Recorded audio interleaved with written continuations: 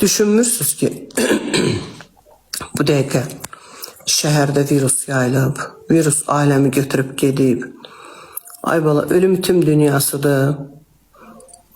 Gündə bir adam ölür, gündə bir rəhmətə gedir. Müalicələr yoxdur, pulsuzluqdur, kasıbçılıqdır. Ondan sonra dərmanları boş-boş alıb içirik, təsiri yoxdur. Onları düşünün, onları bir sual verin ki, nə olacaq bu işlərin axırı. Dərman alıb içirsiniz, görürsən, sağalmırsınız amma. Çünki o içdiyiniz dərman deyil, elə belə əhəng içirsiniz, mel içirsiniz, nə bilim, nə dozir zibillər, heç bir təsiri olmayan bir şeylərdir. Nə olur ki, ay yarımda insan özünü müalicə eləyir, bu yayılan viruslardan deyirəm.